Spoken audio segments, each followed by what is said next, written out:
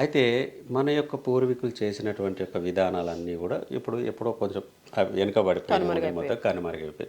అయితే ఈ ఏ విధానంలో చేస్తే ఇప్పుడు ఈ ఫార్మింగ్ని ఏ విధానంలో చేస్తే మంచి అవుట్పుట్ వస్తుంది అనేటువంటి ఒక విధానం కొంతమంది ప్రముఖ వ్యక్తులు వాళ్ళు పరిశోధనలు చేసి వాళ్ళు తెలుసుకున్నటువంటి ఒక విషయాలు మనకి చెప్పడం జరిగింది.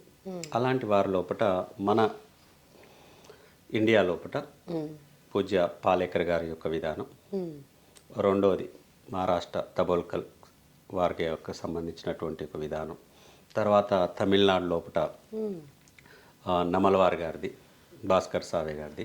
సో ఇక్కడ మనకి వీళ్ళ యొక్క పద్ధతులు వీటన్నిటిలో కూడా బాగా ఎక్కువ ప్రాచుర్యంలోకి వచ్చింది ఏంటిది అని అంటే మన పాలేకర్ గారి విధానం. ఇది బయటికి వెళ్తే జపాన్లో పుకుఓకా ఆయన సిస్టమ్ కూడా అద్భుతంగా ఉంటుంది.